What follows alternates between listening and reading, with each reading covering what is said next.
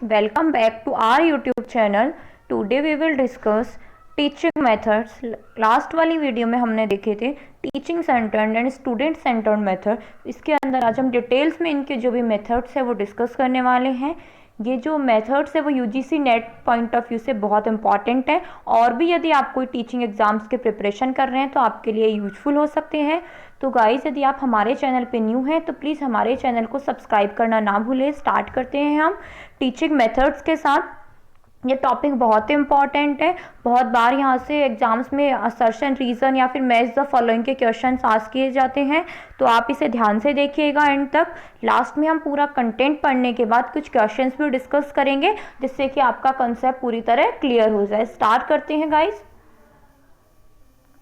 Teaching methods. Teaching method के अंदर हम देखेंगे कुछ मेथड है टीचर सेंटर, कुछ है स्टूडेंट सेंटर, कुछ है जिसके अंदर हम इंस्ट्रक्शनल टेक्नोलॉजी का यूज करते हैं। बट बेसिकली हम यहाँ पे इनको 2 पार्ट्स में डिवाइड करते हैं, teacher centred and student centred. Teacher centred के अंदर मेथड्स में हम देखेंगे lecture method, demonstration method, team teaching, ये सब क्या है teacher centred method. Student centred method के अंदर हम देखेंगे heuristic method, project method and group discussion method.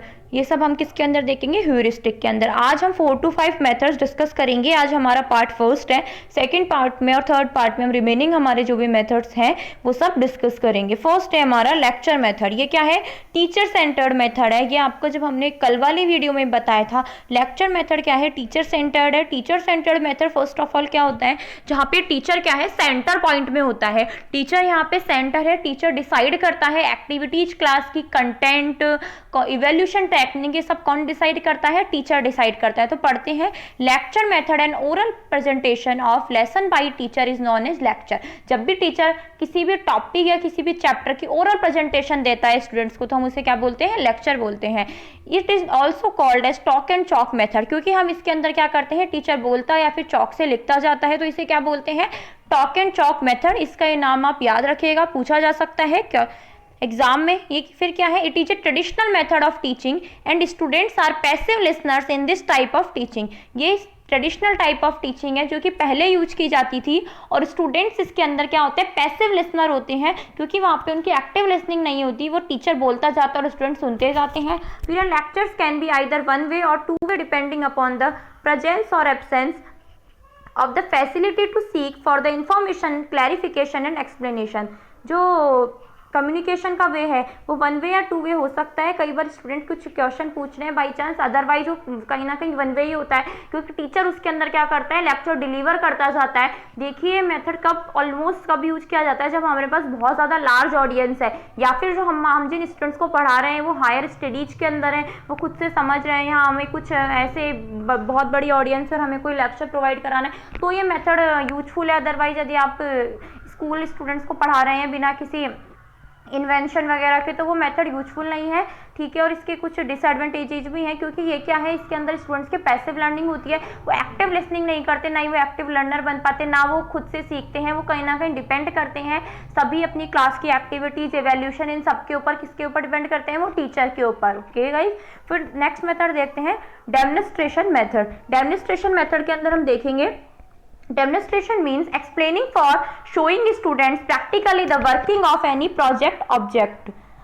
देखिए इसके अंदर क्या है, डेमोन्स्ट्रेशन का मीन्स है जब भी हम स्टूडेंट्स को पढ़ा रहे हैं तो हम उन्हें कुछ डायग्राम्स के थ्रू या फिर हम उन्हें कुछ जो भी हमारे जो ऑडियो विजुअल एड्स है उनके थ्रू पढ़ाएं। हम क्या करें, जैसे कि ये साइंस के अंदर हम लैब का यूज करके बच्चों को एक्सपेरिमेंट करके सिखा रहे हैं तो वो किसके अंदर आएगा, डेमोन्स्ट्रेशन मेथड के अंदर आएगा। देखिए it is generally used by science teacher. ये साइंस जो या फिर एसएसटी के जो भी ज्योग्राफी और इन सब के अंदर जो भी वो वाली सब्जेक्ट्स होती है हमारी प्रैक्टिकल सब्जेक्ट, उसके अंदर ज़्यादा यूज किया जाता है।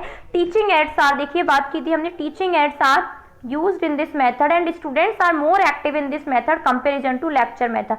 देखिए स्टूडेंट्स के इसके अंदर लेक्चर मेथड के कंपैरिजन में ज़्यादा एक्टिव क्यों होते हैं, क्योंकि कहीं ना कहीं जब हम उन्हें टीचिंग एड्स का यूज कर रहे हैं और लेक्चर मेथड में तो सिंपल टीचर ओरल प्रेजेंटेशन देता जाता है, जबकि डेमोन्स्ट्रेशन में क्या करते हैं, वो कुछ ऑडियो विजुअल एड्स यूज करते हैं या फिर लैब्स में लेके जाते हैं, उनको कुछ एक्सपेरिमेंट कराते हैं, तो वो क्या डेमोन्स्ट्रेशन मेथड है। इसके अंदर कहीं ना कहीं स्टूडेंट्स की जो लर्निंग है वो एक्टिव होती है कंपेरिजन टू लेक्चर मेथड के। ओके गाइज, और ये ध्यान रखिएगा, लेकिन ये भी क्या है, टीचर सेंटर्ड मेथड ही है, क्योंकि कहीं ना कहीं इसके अंदर जो सारी एक्टिविटीज है वो सब कौन प्लान करता है, टीचर प्लान करता है। ठीक है गाइज, फिर देखते हैं team teaching method. Team teaching method भी एक टीचर सेंटर्ड अप्रोच है, जिसके अंदर हम क्या होता है कि टीम टीचिंग के अंदर क्या होगा, तो होता है कि 2 और मोर टीचर्स, 2 या उनसे ज्यादा टीचर मिलके आपकी क्लासरूम की एक्टिविटीज, सिलेबस, आपका जो भी कंटेंट है वो सब प्लान करते हैं और आपको पढ़ाते हैं। वो एक टीम में आपको पढ़ाते हैं। सपोज कीजिए जैसे ज्योग्राफी है, ज्योग्राफी के 3 आपके बहुत सारे पार्ट है, ठीक है, फिजिकल, ज्योग्राफी और ये सब। तो कुछ जो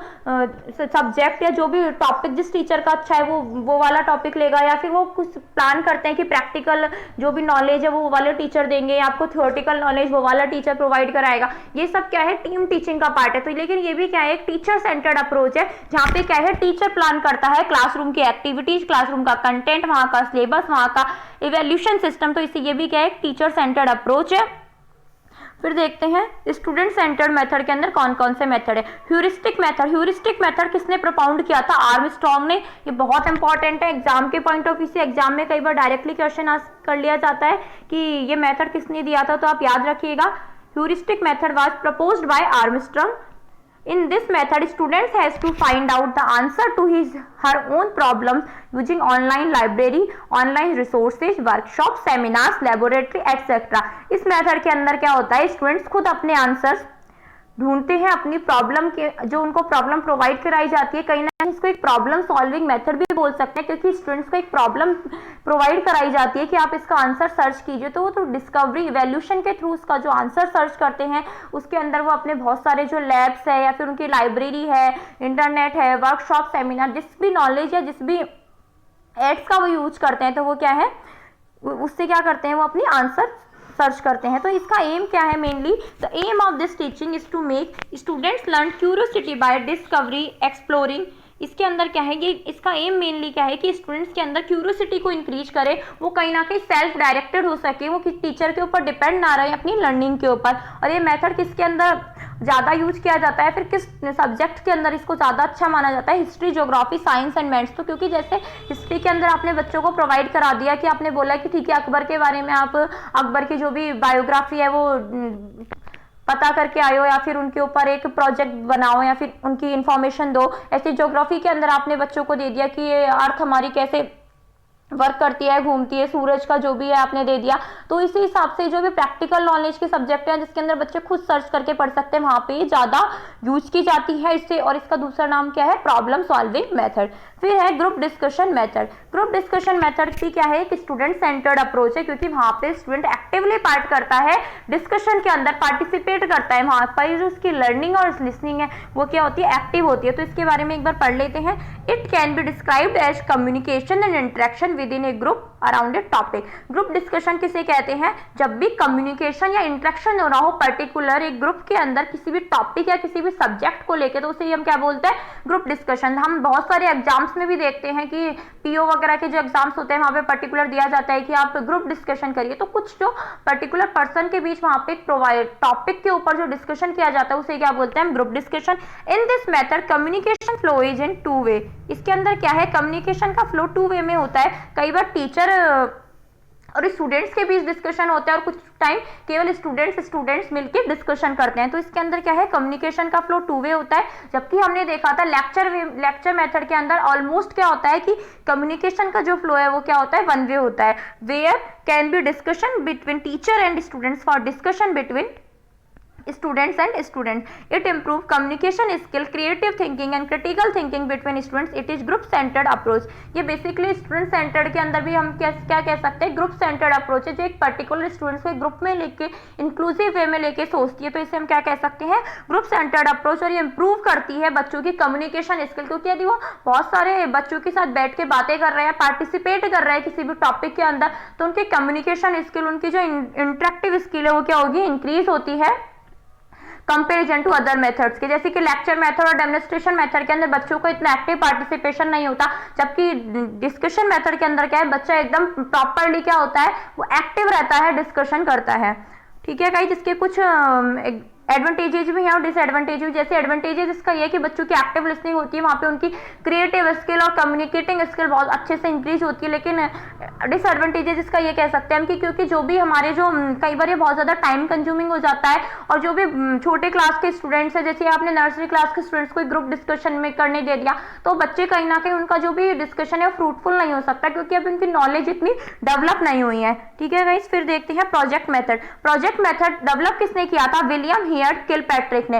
ध्यान रखिएगा, ह्यूरिस्टिक मेथड किसने दिया था? आर्मस्ट्रॉन्ग ने। और प्रोजेक्ट मेथड किसने दिया है? विलियम हियर्ड किलपैट्रिक ने। It is purposeful activity oriented method of teaching. हम कई बार देखते हैं कि हमें जब बच्चा 5th क्लास से ऊपर, या आजकल तो नर्सरी से बाद ही बच्चों को मिलने लग जाता है प्रोजेक्ट, और हमारी हायर स्टडीज तक, इवन मास्टर्स तक आपको एक प्रोजेक्ट मेथड मिलते रहते हो। तो ये क्या है? एक्टिविटी बेस्ड लर्निंग है, जहाँ पे हम बच्चों को पर्टिकुलर सब्जेक्ट से रिलेटेड किसी भी टॉपिक पे प्रोजेक्ट बनाने को दे दिया जाता है, जिससे कि उनकी एक्टिविटी बढ़े, उनकी जो बच्चे एक्टिविटी से अपने लर्निंग को इंक्रीज कर सके और सेल्फ डायरेक्टेड हो सके। It takes students beyond walls of classroom. देखिए इसका मीनिंग समझिए, it takes students beyond walls of classroom का मीनिंग है, क्योंकि क्लासरूम में कहीं ना कहीं जब बच्चा डिस्कस करता है तो एक क्लासरूम के पर्टिकुलर सब्जेक्ट को लेके ही कंसर्न रहता है। वो कहीं ना कहीं बुक या उसके जो टीचर उसको पढ़ा रहे हैं उससे बाहर नहीं जा पाता, उसकी जो थिंकिंग एरिया है।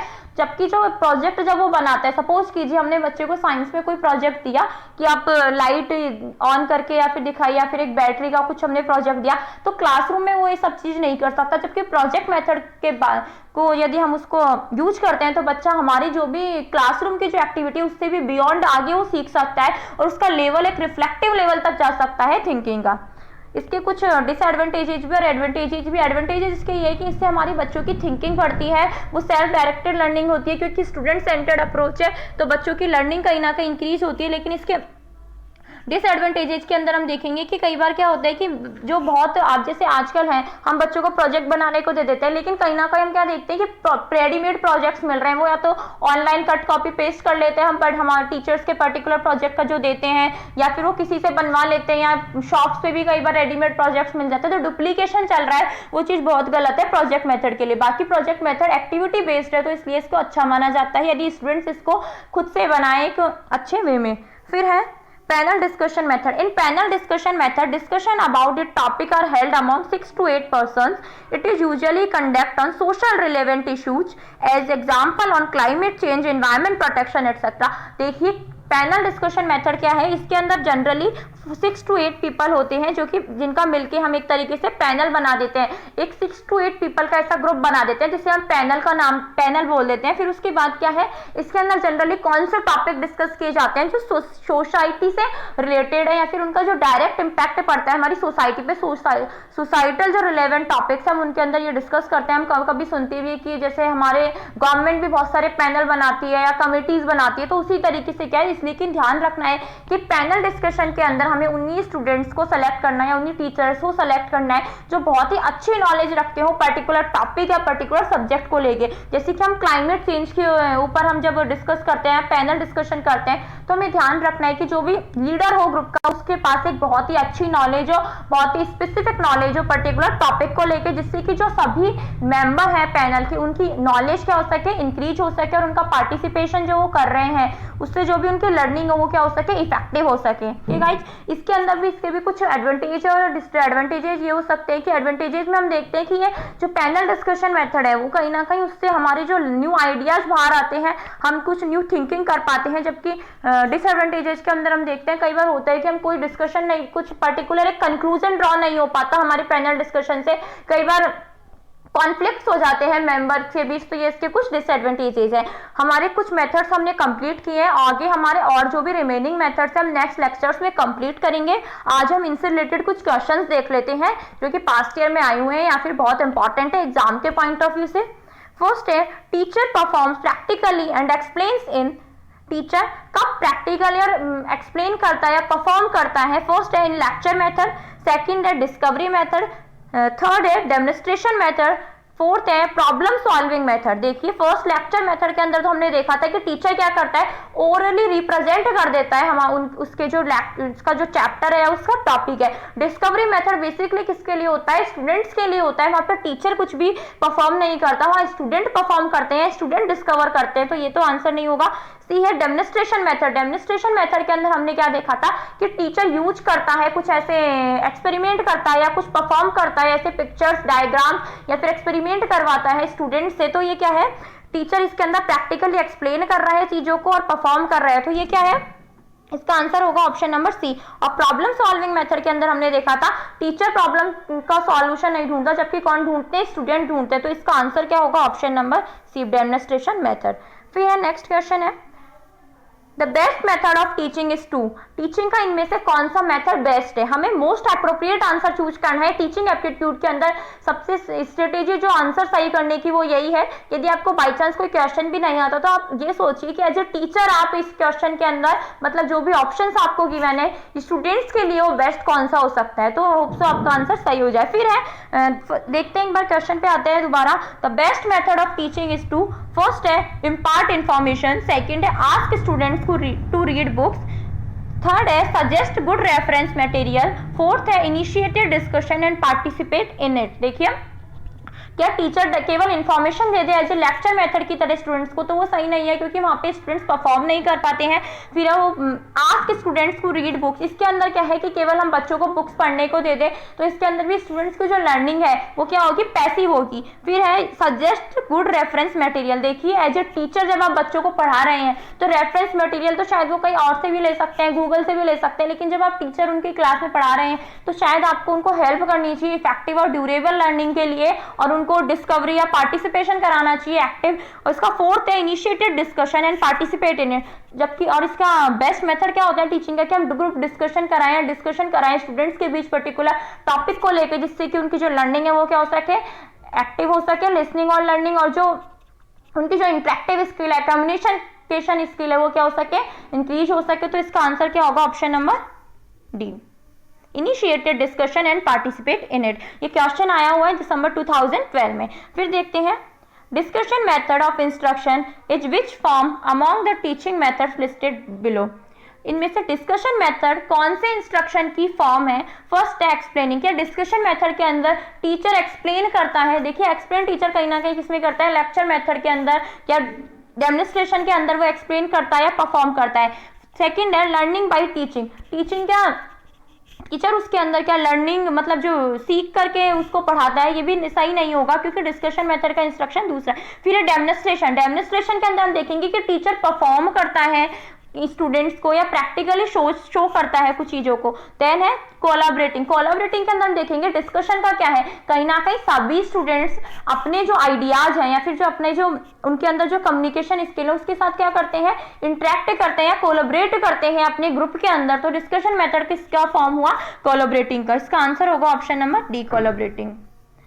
फिर है असर्शन एंड रीजन। देखिए जो असर्शन रीजन के क्वेश्चन है बहुत ही इंपॉर्टेंट है यूजीसी के नेट के पॉइंट ऑफ व्यू से, क्योंकि आजकल UGC direct one word question है वो बहुत रेयरली पूछता है तो थोड़े अच्छे लेवल के पूछता है। तो असर्शन रीजन पे बहुत ज्यादा फोकस किया जाता है और ऑलमोस्ट स्टूडेंट्स उसको कंसेप्ट आते हुए भी रॉन्ग कर देते हैं। तो प्लीज आप इन्हें ध्यान से समझिएगा, जो भी कंसेप्ट है उसे ध्यान से पढ़ के उसे अच्छे से सॉल्व करिएगा।